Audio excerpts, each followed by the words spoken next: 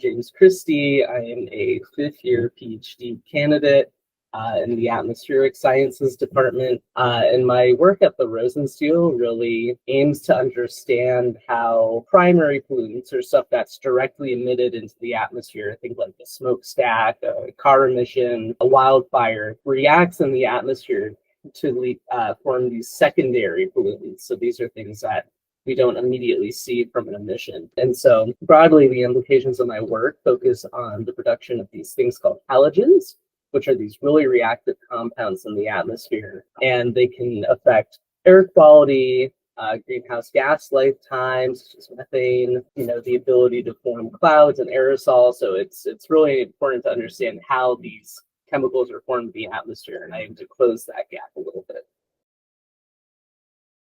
Well, my undergrad was in chemistry, and I really liked the chemistry portion of it. But, working for like the pharmaceutical side of things where you're kind of like filling someone's pocket didn't really appeal to me. And instead, I want to have a broad impact and help improve the lives of others. And I thought the best way to do that would to be thinking about things that you can't control. Like you can control the food you eat for the most part. You can choose to drink water that is in the United States clean, depending on the region, but you really have no choice over the air you breathe. And so to be someone who can provide cleaner air to folks is what drew me there. And the chemistry part of it is most fun to me, which is why I work on the chemistry side of things.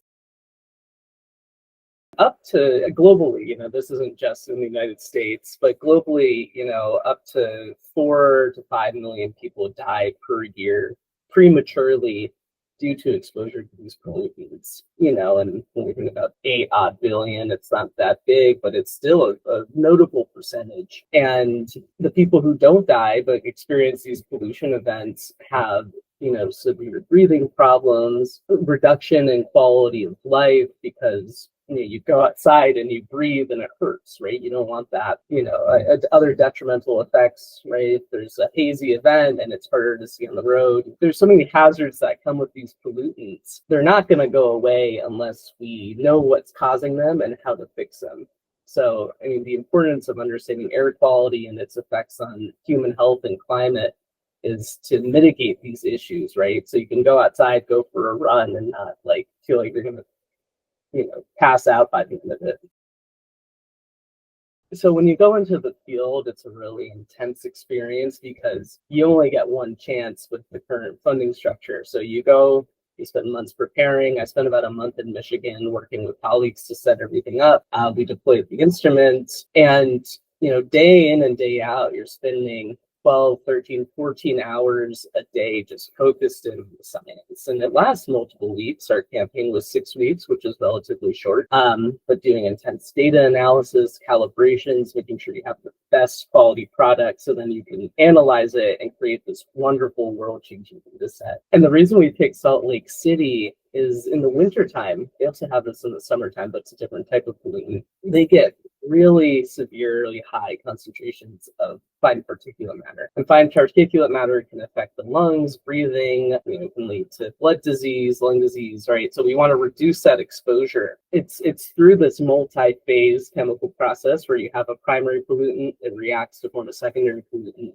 That drives about 70 to 80% of that accumulation of the pollutant. And my job in that campaign was to identify which specific emission sources, that being dust from the Great Salt Lake, which is very abundant in Salt Lake City, wood-burning emissions from houses, road salt, industrial emissions, which of those were contributing the most to this particulate matter pollution. So we took really intense chemical measurements to understand that. We found out how the inversion how the pollution event kind of evolves as a function of the primary pollutant population. And this will be presented actually next week at AGU, the results of it. So we just completed the study, which is really cool.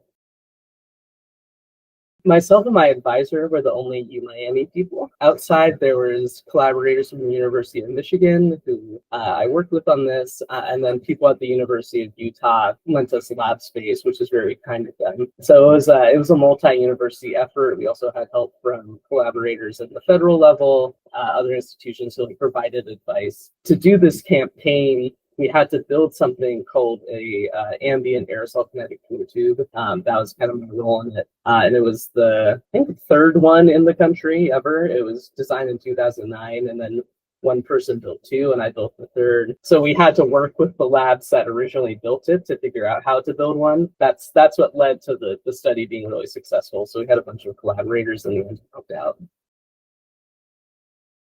In Miami, we have really clean air for the most part. Salt Lake City, that is not the case. And, I've been privileged growing up in an area that's never had these like intense pollution events. So going outside in the morning and like breathing and your lungs hurting and your eyes like tearing up from the chemicals in the air, it brought a extra conviction that like this is the right career to be in to try and solve this issue. Because, if I'm not spending my life advocating for fixing these issues and I know about them, how I benefited people. So being able to experience it firsthand was really unique and eye-opening in that regard. For this specific project, it's really Salt Lake City focused. So the sources of pollutant that we can give them can help policymakers create a priority list. What's the strongest polluter in the area versus what's the weakest? So we can give them a qualitative understanding of, what their priorities are when they're trying to clean their air. Pollution events that I study have global ubiquity to them. And so to give this, data to the rest of the world is basically saying like, on a broad scale, even though this pollution is a little bit different, it can still be applied to fixing yours. So I think globally, it's just about giving policymakers data, right? But giving them data to say, hey, take this, it's a framework for you to help clean your air. If you use it, it'll probably work. And now your people can breathe a little bit better. Yeah, I had the privilege actually twice to work with Professor Kim Popendorf as a teacher in her ocean science lab. And I'm an inland air quality scientist, right? I don't usually get to work with the ocean. So that was a challenge in itself, right? Learning all these new techniques. When I learned how to be a teacher, it was really about like getting students knowledge retention and good grades and making sure that they pass the state level exam to graduate. And at the college level, it's a little bit different, because you're not beholden to those exams. And Professor Popendorf has this unique, compassionate way of teaching science, where not only are you learning the initial important reactions, but you're applying it to your real life, right? You're saying, here's the ocean, this is going to be your career. Instead of simulating in the lab, let's go out, sample some water, see what's going on. As someone who might pursue a career similar to hers in the future,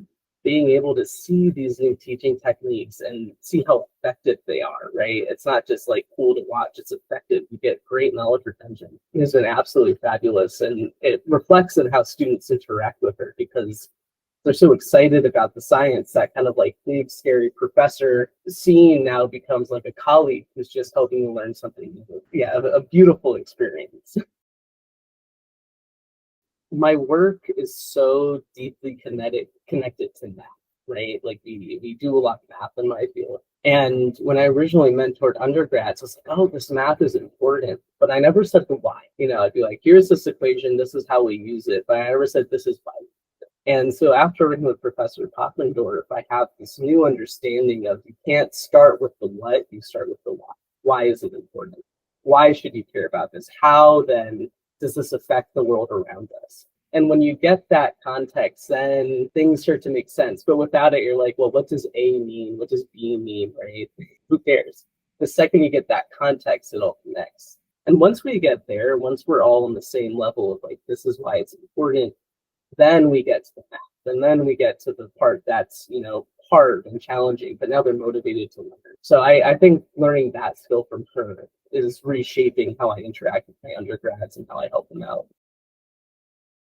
At the University of Miami, I have been given the tool set to independently answer complex research questions. And in my next phase, I want to now communicate those answers that I've found. So I'm most excited to become someone who can advocate for the world around me, advocate for clean air, advocate for a better climate. And the University of Miami has really done that. It's a near a flawless degree. I have the requisite knowledge to now come and take these really hard, weird, complex topics and bring them down to a level where everyone can understand. And I hope to use that in my next stage. As to where I go next, I'd love to travel around the country and see more complex chemistry in the atmosphere and how we can understand it better and solve these pollution issues. All of these like field campaigns, you travel to the area, right? So the exact location, not really, but I'm really interested in the discussion behind agriculture and how these emissions change as new practices are adopted. Because we need food, right? But can we make the food less taxing on the earth when we make it? So I'd like to be looking at those types of questions. I think that would take me to almost anywhere.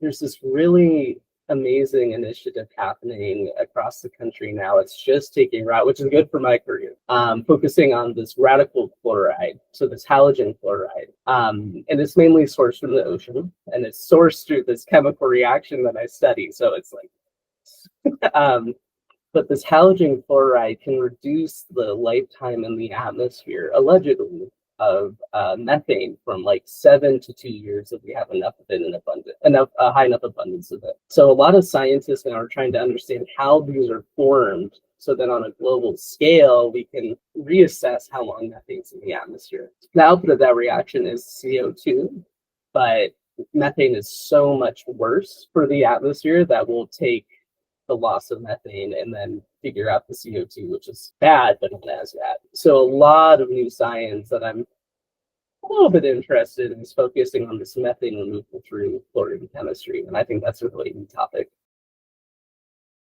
I guess I'd put it this way. 40 years ago, we didn't think that pollution was even like a thing, right? Like you noticed it, but it wasn't at the top of our minds. And now everyone's thinking about climate change. Everyone's thinking about pollution events. Even you're taught this at elementary school, right? Like how to be an advocate for the environment through daily actions like recycling, taking a bike versus a car. And so to that end, yeah, I have hope. I mean, the science I do helps increase our knowledge on how to fix it. But the actions that people make every day, small changes help too. So am I hopeful? Yeah, cautiously hopeful. I don't think the world's going to end in our lifetime. And I think the next generation, our generation, is aware and advocating for a future with clean air and access to water. I don't think it's doom and gloom. I think we have a lot of work to do. And if we do that work, I think we'll be in good shape.